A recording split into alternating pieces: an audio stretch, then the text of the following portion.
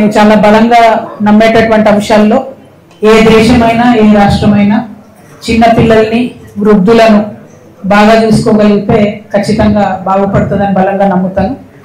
అనేక చట్టాలు ఉన్నాయి పిల్లల ప్రొటెక్షన్ కోసం, అనేక చట్టాలు ఉన్నాయి సీనియర్ సిటిజన్స్ ప్రొటెక్షన్ కోసం, కానీ అవి అమలు అవ్వడం లేదు.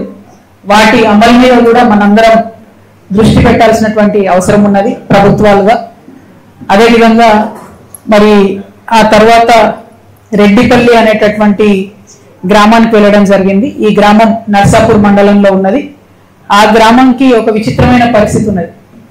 ఒక పక్క RRR లో వాళ్ళ భూములు పోతున్నాయి, ఇంకొక పక్క కాళేశ్వరంలో వాళ్ళ భూములు పోయినాయి, ఇంకొక పక్క రైల్వే లైన్ వాళ్ళు వచ్చి సర్వే చేసిపోయారు. అది ఎడిదికి వస్తుందో అర్థం కాని పరిస్థితి ఉన్నది. అంటే RRR లో నర్సాపూర్ మండలంలో 13 విలేజెస్ లో ఉన్నటువంటి భూమి పోతున్నటువంటి సందర్భం ఉన్నది. కానీ రెడ్డిపల్లి ప్రత్యేకం ఎందుకంటే రెడ్డిపల్లి రైతులు నాకు నిన్న మొత్తం బొమ్మ కూడా చూపించి వివరంగా చెప్పారు. అక్కడ దాకా మంచి వచ్చిన రింగ్ రోడ్డు రెడ్డిపల్లి రాగానే ఇట్లా వంకరమైంది. నా మాటలు కాదు, అక్కడ ఉన్నటువంటి ఒక రైతు చెప్పిన మాట నేను చెప్తా ఉన్నా. నీటిలో నీరు గట్ట ఎట్లా తిరుగుతుందో రెడ్డిపల్లి రాగానే రింగ్ రోడ్ అట్లా వంకలు తిరిగింది. మరి ఎందుకోసం వంకర తిరిగింది రింగ్ రోడ్ అని వారిని రైతులను అడిగితే పెద్ద నాయకులు దాదాపు 3 పేర్లు చెప్పారు. బీఆర్ఎస్ పార్టీలో ఉన్న పెద్ద నాయకులవి.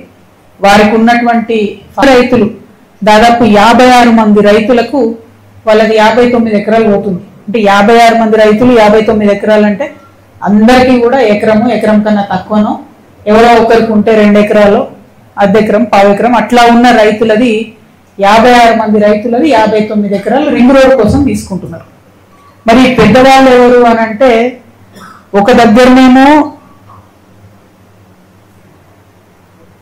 ఒక దగ్గరనేమో రెడ్డిపల్లి, చిప్పల్తుర్తి, తునికి ఈ 3 గ్రామాల మధ్యలో ఒక 400 ఎకరాల ఫామ్ హౌస్ వచ్చింది.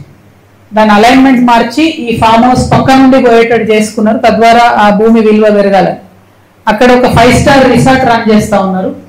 దాంట్లకు ఈ గ్రామాల ప్రజలకు ఎంట్రీ లేదట. సో ఈ గ్రామస్తులు అక్కడ ఏముందో చూద్దామని పోతే బైక్ మీద దొంగతనంగా మేము సంగారెడ్డి వాళ్ళం, హైదరాబాద్ వాళ్ళం అని చెప్తే వాళ్ళకి రానిచ్చిరేరు ఫంక్షన్ ఉన్నప్పుడు. వాళ్ళు చూసొచ్చి చెప్పినటువంటి మాట గ్రామస్తులు, ఇది నాకు ప్రూఫ్ లేదు, కాకపోతే వాళ్ళు చెప్పేటటువంటి పేరు ఈ ఫామ్ హౌస్ హరీష్ రావు గారు అని చెప్తా ఉన్నారు, అందుకని అలైన్మెంట్ మార్చినారని చెప్తున్నారు. అదేవిధంగా చిన్న చింతకుంట గ్రామంలో గంగుల కమలాకర్ గారికి 15 ఎకరాల ల్యాండ్ ఉంది. అక్కడ 15 ఎకరాల్లో ఆయన కెమికల్ ఫ్యాక్టరీ పెట్టాలని కూడా వారు ట్రై చేస్తే చిన్న చింతకుంట గ్రామస్తులందరూ కూడా మరి వ్యతిరేకం చేస్తే ఆ ప్రపోజల్ ఆయన ఆపేసి, కానీ ఓనర్షిప్ వారిదే ఉందని చెప్తా ఉన్నారు. నాకు క్లారిటీగా లేదు. అయితే దానికోసం అలైన్మెంట్ మార్చిరని చెప్తున్నారు. అంటే లిటరల్లీ వాళ్ళు నన్ను చెరువు దగ్గర తీసుకుపోయి చూపించారు. ఫస్ట్ అలైన్మెంట్ లో గంగుల కమలాకర్ గారి ద్వారా ల్యాండ్ ద్వారా పోతుంది కాబట్టి మార్చిండ్రు. ఇంకొక అలైన్మెంట్ ఈ 400 ఎకరాలు హరీష్ రావు గారిది అని చెప్పబడుతున్నటువంటి ల్యాండ్ పక్కన నుండి వచ్చేటట్టు మార్చిండ్రు. ఇంకొక అలైన్మెంట్ మన నవీన్ రావు గారు ఎమ్మెల్సీ ఉంటారు, ఆయన 18 ఎకరాల ల్యాండ్ ఉంది, ఆ ల్యాండ్ పోకుండా మార్చిరు అని చెప్తుంది. సరే ఇది ఎవరి ల్యాండ్ ఏందన్నది వాళ్ళు వచ్చి క్లారిటీ ఇచ్చుకోవాలి. ఎందుకంటే గ్రామస్తులు పదే ఈ పేర్లు ఎత్తురు. నిన్న మీరు అందరు కూడా చూసి లైవ్ ఉంది, సీక్రెట్ ఏం లేదు, అదే పేర్లు చెప్తూ వచ్చి. ఇక్కడ నా బాధ ఏంటంటే ఇట్లాంటి విషయాలు కేసీఆర్ గారికి తెలిస్తే ఎట్టి పరిస్థితుల్లో వాళ్ళు ఒప్పుకునేవారు కాదు. ఇది నేను ఇక్కడ అబ్జర్వ్ చేసిన నిన్న మెదక్లో. ఎందుకు ఓడిపోయినాం మెదక్కు అని ఆలోచన చేసి ఇట్లాంటి పనులు చేయడం వల్ల ఓడిపోయాను. కేసీఆర్ గారి కళ్ళకు గంతలు కట్టి ఇట్లాంటి పనులు చేయడం ద్వారా ఓడిపోయాను. సరే నేను బీఆర్ఎస్ లో లేను, కానీ లోపాలు ఏంది అని అనలైజ్ చేసుకోవాలి కాబట్టి చెప్తాం. పక్కన నర్సాపూర్ పోయినాం, తొగొంట పోతుంటే షెడ్యూల్ మన మడిగలు ఉంటాయి కదా, మడిగలల్లో ఎస్టీ బాలుర హాస్టల్ నడిపిస్తారు, ఎస్టీ బాయ్స్ హాస్టల్. మడిగలు లిటరల్లీ మడిగలు 5వ తరగతి నుంచి 12వ తరగతి వరకు పిల్లలు ఉంటారు. అంటే ఏంటంటే ఆ మడిగే పక్కకే రోడ్డు పోతుంది, స్టేట్ హైవే, విపరీతమైన స్పీడ్తో వెహికల్స్ పోతుంటాయి. ఆ టీచర్లకు ఎంత కష్టం అంటే ఆ పిల్లల్ని కాపాడుకోవాలి, వాళ్ళు బయటకు పోకుండా. పిల్లలు ఆడతారు, మగపిల్లలు దుందుడుకు ఉంటారు, ఏమైనా అయితే ఎవరి రెస్పాన్సిబిలిటీ? మనకేం అవసరం లేదు. ఎందుకంటే ఆ మడుగలకు ఎక్స్ఎమ్మెల్యే మదన్ రెడ్డి గారికి నెలకు 1,60,000 రూపాయలు కిరాయి వస్తుంది, బాజాబ్తా బై చెక్ వస్తుంది. అంటే ఈ హాస్టల్ని ఎస్టీ బాయ్స్ హాస్టల్ ఏదైతే పెట్టిరో అది కనుక కేసీఆర్ గారు చూసుంటే ఎట్టి పరిస్థితులలో ఒప్పుకునే వాళ్ళు కాదు. ఎస్టీ బాయ్స్ హాస్టల్ శాంక్షన్ చేసిరు, దానికి డెఫినెట్ గా ఒక సేఫ్ బిల్డింగ్ ఉండాలి. అంటే అప్పుడున్న ఎమ్మెల్యే గారు ఆయన మడుగలు ఇచ్చేసి ఎంత అన్యాయం అండి. సరే పోనీ టెంపరీగా లేదో 2 నెలలు 3 నెలలు నలిపినట్టు ఒకటి 5 సంవత్సరాల నుంచి అదే కథ. 5 సంవత్సరాలలో మార్చుకోరాదా? పోనీ 2 నెలలు 3 నెలలు ఐ అండర్స్టాండ్. కానీ 5 సంవత్సరాల తర్వాత కూడా ప్రత్యేకంగా బిల్డింగ్ కట్టించకుండా లేదు మంచి బిల్డింగ్ లోకి మార్చకుండా చాలా అన్యాయం, ఇది చాలా దారుణం. ఇప్పుడున్న ప్రభుత్వాన్ని నేను రిక్వెస్ట్ చేస్తున్నా, ఇమీడియట్ గా హాస్టల్ మార్చండి దయచేసి.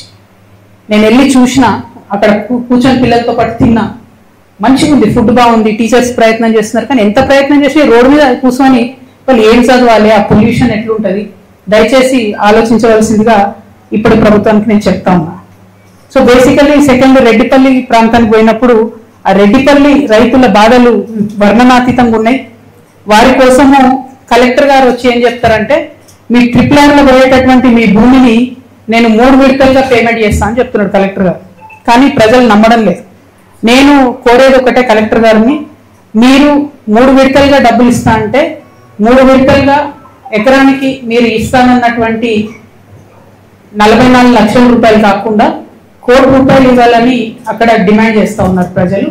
అది కూడా మీరు రిటర్న్ లో ఇవ్వండి, రాసి ఇవ్వండి, మేము 3 దఫాలుగా 1 కోటి రూపాయలు పేమెంట్ చేస్తామని రైతులు భూమి ఇవ్వడానికి రెడీగా ఉన్నారు. లేదంటే 56 ఎకరాలు ఎక్సెస్ ఉన్నది ల్యాండ్, భూమికి బదులుగా భూమి ఇవ్వమని అక్కడ రైతులందరూ కూడా వాళ్ళ మాటగా మీడియా తరఫున ప్రభుత్వానికి చెప్పమని నాకు నిన్న కోరినారు.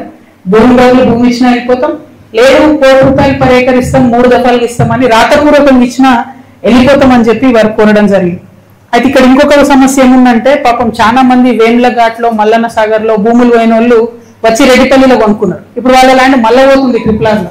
సో బీభత్సమైన పరిస్థితి ఉంది ఇక్కడ. ఈ యొక్క జిల్లాలనే కాదు, నేను నల్గొండలో కూడా ఇదే పరిస్థితి చూసిన.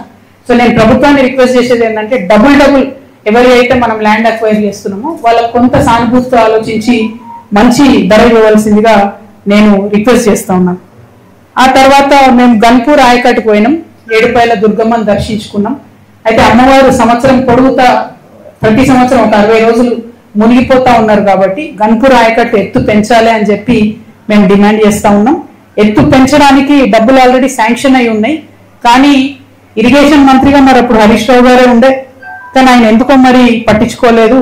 ఈ గన్పూర్ ఆయకట్టు 0.2 TMC ఉండే, ఇసుక వేయకపోయి 0.138 TMCకి దాని కెపాసిటీ పడిపోయింది. సో తర్వాత డెసిషన్ జరిగింది 0.3 TMCకి కెపాసిటీ పెంచాలని చెప్పి 43 కోట్ల రూపాయలు 2016లో మంజూరు చేసి, కానీ 2024 వరకు కూడా ఖర్చు పెట్టింది ఎంత అంటే 18 కోట్లు. మరి మీరే ఇరిగేషన్ మినిస్టర్గా ఉన్నారు హరీష్ రావు గారే, ఆయనే ఫైనాన్స్ మినిస్టర్గా ఉన్నారు. మెదక్ అంటేనే హరీష్ రావు, హరీష్ రావు అంటేనే మెదక్ అని చెప్పినటువంటి పరిస్థితి. ఎందుకు మరి ఇంత జాప్యం జరిగిందన్నది తప్పకుండా ప్రజలకు చెప్పాల్సినటువంటి అవసరం ఉంది. అదేవిధంగా 1.72 అడుగుల ఎత్తు పెంచితే పాపానపేట మండలంలో నాగసాన్పల్లి, షేరిపల్లి, కోడపాక, గాజులగూడెంలో భూములు పోతా ఉన్నాయి. కొల్చారం మండలంలో చిన్న గన్పూర్ సంగాయిపేటలో కూడా భూములు పోతా ఉన్నాయి. అయితే భూములు అక్వైర్ చేసుకోవడానికి 13 కోట్లు కావాల్సి ఉంటే కేవలం 5 కోట్లు రిలీజ్ చేసి. అయితే ఇక్కడ మెదక్లో నేను ఒక పెక్యులియర్ సిచ్యువేషన్ అబ్జర్వ్ చేసిన, వేరే జిల్లాలో లేనటువంటిది. మొదలు పెట్టిండ్రు 3 ప్యాకేజీలు కాళేశ్వరం 17, 18, 19. అవసరమైన డబ్బు ఎంత అంటే 2562 కోట్లు, కానీ ఇచ్చింది ఎంత 991